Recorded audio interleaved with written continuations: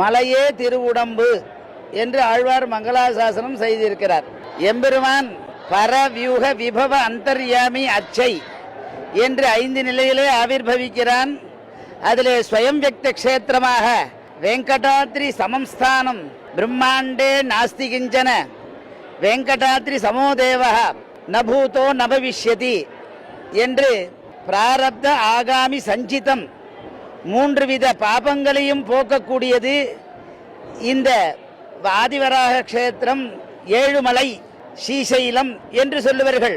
இங்கு 3 முக்கியம்: க்ஷேத்திரம், தீர்த்தம், பிரசாதம். அந்த க்ஷேத்திரம்ன்றது ஆதிவராக க்ஷேத்திரம். அதிலே ஆவிர்பவிக்கிற ஸ்ரீனிவாசன் வராகன் பிரதானம்.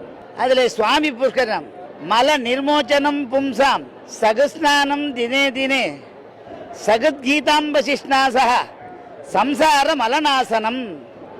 அப்படி அந்த தீர்த்தத்திலே நாம் ஸ்நானம் செய்தோமானால் நம்முடைய பாபம் போகும்.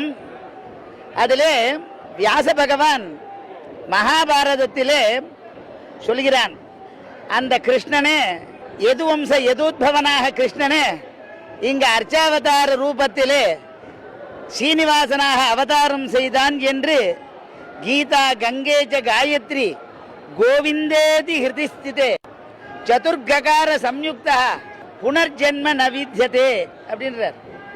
கண்ணன் அடியினை எமக்கு காட்டும் வெறுப்பு. சுவாமி தேசிகன் இந்த எம்பெருமானை பாடும் பொழுது தயா தேவியாக அனுகம்பான்னு சொல்றார்.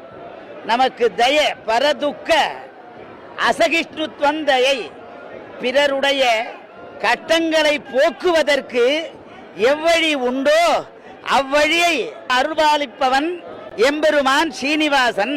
அதனால்தான் பிரபத்யே வியங்கோல் வினைமுற்றாக அங்க அடைகிறேன். எப்படி சக்கராயுதம், எப்படி இக்ஷுசார ஸ்ரவந்தேவ, கரும்பு சீர் சீனிவாசன் உடைய தமையன் சொல்வர்.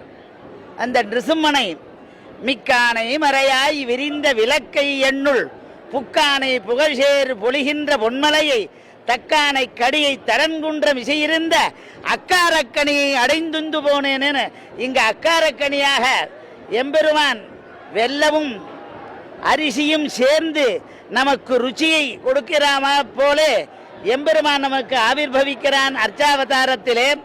அந்த அர்ச்சாவதாரத்தை நாம் வேங்கடம், வேன்னா பாபம், பாபத்தை போக்கக்கூடியவன் பரமன். அந்த பையத்துயின்ற பரமனாக அவதாரம் செய்து பாமரனுடைய பண்டிதனுடைய பாபங்களையும் போக்கக்கூடியவனாக எம்பெருமான் ஆவிர்பவிக்கிறான். அந்த ஆவிர்பவித்த பெருமாளை நாம் தூயோமாய் வந்து நாம் தூமலர் தூவித்தொழுது வாயினால் பாடி மனத்தினால் சிந்தித்து அவனுக்கு தொண்டு செய்து அவன் அருளை பெற்று நாம் வாழ்வதே நம் கடமை என்று சொல்லி முடித்துக் கொள்கிறேன். மேலும் இந்த மங்களாசாசனத்திற்கு அதிகாரிகளும் அர்ச்சக பெருமக்களும் சீவைஷ்ணவர்களும் உறுதுணையாக உசாத்துணையாக ஊன்றுகோலாக நடத்தி வைமிக்கு நன்றி தெரிவித்து விடைபெறுகிறேன். கவிதார்கி சிம்மாய கல்யாண குணசாலினே ஸ்ரீமதே வெங்கடேசாய வேதாந்த குருவே நமஹ. శ్రీవారి భక్తుల